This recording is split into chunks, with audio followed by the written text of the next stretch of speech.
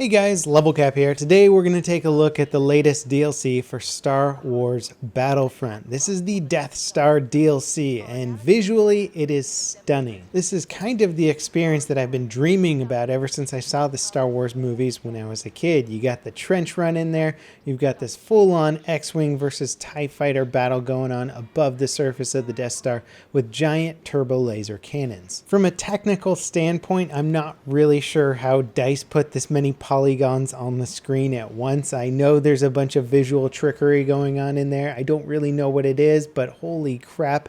How did they get this game to run so smoothly and look so good while rendering out an insanely complicated Death Star surface and trench? It was quite literally breathtaking for me when I first saw it, and I immediately wanted to see this concept here, or just this area here, expanded upon. I want to see like another Rogue Squadron game made with this kind of visual fidelity. I could easily see myself playing through a full single-player campaign or co-op campaign, running missions, attacking the Death Star or Star Destroyers, as you'll see later in this video. Now, the space battle that takes place around the Death Star is actually objective-based, and from during different time increments, different pilots will get marked as being those who have to run the trench. And basically, if you get marked as one of those pilots, you have to come in and hit objectives that are based in the trench, and it requires you to fly through some narrow passageways and stuff like that, and the enemy team's going to try and shoot you down. So it literally does recreate that trench run system. Now, obviously, it's not linear like it was in the film, and some of the elements are perhaps borrowed from the second Death Star, not necessarily the first Death Star,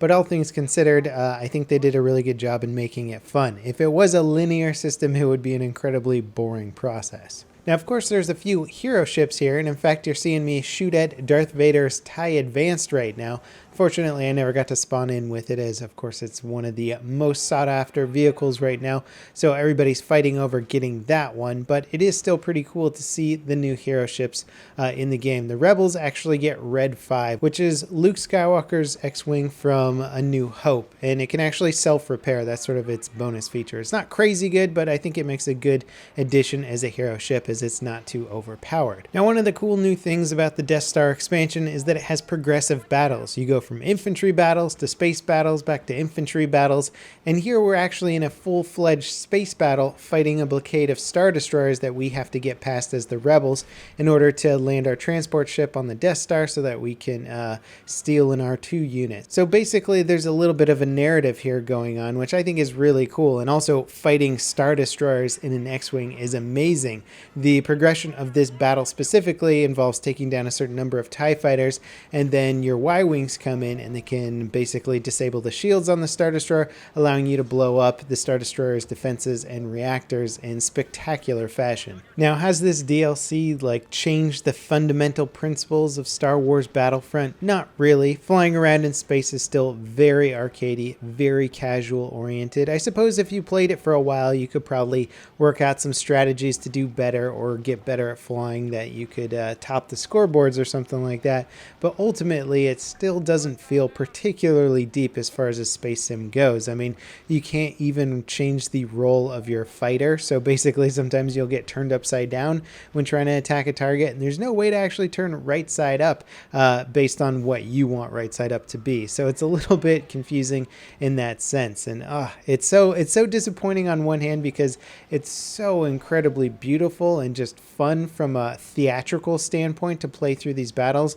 but not having that depth or maybe a more evolved campaign does really take away, I think, from what this could have been. And to be honest, it just keeps making me think about playing a Star Wars Rogue Squadron style game with this engine. I mean, if EA is not working on some sort of space battle game revolving around Star Wars with this epic Frostbite engine, then that's just like money lost right there. I would definitely buy that game. I'm not even a big flight sim fan, but playing a well-crafted X-Wing or TIE Fighter spaceship game where you can fly and fight in giant fleet battles would be amazing. Now, of course, the game isn't just about space battles. There's the whole infantry element to it, and we do have our Death Star infantry maps, which are in true DICE fashion modeled out superbly. They look very authentic, very cool, and it's really neat to see their take on what maybe a garrison room would look like, or the storage room, or just the kind of back rooms to the Death Star, because you don't necessarily see that in the film. So DICE has kind of had to come up with some creative ways of showing off what's going on inside the Death Star other than the few corridors and hallways that we saw from the film. And of course there's tons of little Easter egg stuff, like being able to see some of the meeting rooms or the actual locations that we saw in the movie as you run through these maps. I will say the gameplay of it was very, very close quarters and intense the whole time through. It felt like kind of playing Metro 64. If you've played Battlefield, you'll know what I'm talking about, and that game mode is just insane. And not just Metro 64, but Metro 64 explosives encouraged. It's absolute chaos most of the time. A good bit of chaos, but I can't say it was engaging enough gameplay to really make me want to come back and play these maps a lot. Now, of course, there's some new HUT contracts out there, and I didn't actually spend the time this time around unlocking them or trying to test them out and balance them and stuff like that. I really just don't find the infantry combat in this game compelling enough to really want to go in there and test it out anymore. I didn't see too many people using the new weapons. There's a few of them, and they seemed okay, you know, just some more blasters and whatnot. One cool thing, though, was the fact that they've added 2 new heroes to the game that I'm actually pretty excited about. Of course, we have Chewbacca, the most iconic, the one that I think a lot of people were expecting to see at the beginning. Now we finally have Chewie in the game, and he's got his bowcaster, which is technically already a star card that you can get in the game, but of course Chewie's bowcaster is a bit better, and by default he can increase the bolts fired up to 4 projectiles. But if he activates his special ability, he can shoot up to 8 projectiles at a time, basically allowing you to obliterate anybody in a room. He's got crazy AoE damage, and it's really fun. He then has sort of a Wookiee roar that gives him and nearby allies increased health, and I think it also gives him some increased damage as well, so he's kind of got Berserker mode. And then last but not least, he has Ground Slam, which is pretty self-explanatory. It's an AoE ground pound, which is great if somebody surrounded you. It will just kill them. And then if you happen to be playing for the Empire, your new hero is Bosk, who is a bounty hunter, and he was in the films for all of like 1 second, but has actually made a lot of appearances in the TV show where they fleshed out his character and his species. And he's basically the Star Wars version of Predator. He's even got his Predator heat vision, which is one of his abilities, and as far as I know, he can activate this for as long as he wants while playing. So if you want everything to look blue and green while shooting your opponents, you are more than welcome to do so. It's actually pretty useful for spotting people even when they're further away. He also then has a micro grenade launcher, which allows you to shoot as many grenades as you want while this ability is active, and it's just crazy AoE damage, absolutely essential for clearing rooms. And if you get him on the Death Star map, oh my god,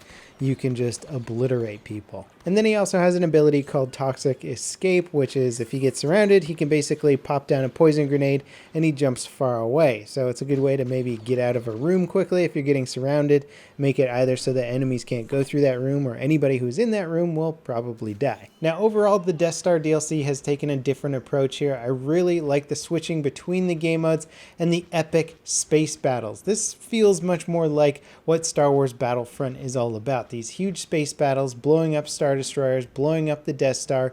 It really does make Battlefront feel even more epic than, you know, the initial Battle of Hoth did. So it's very cool to see this side of Star Wars. Has it made the game less casual oriented? No, not really, but it has made it a lot more epic.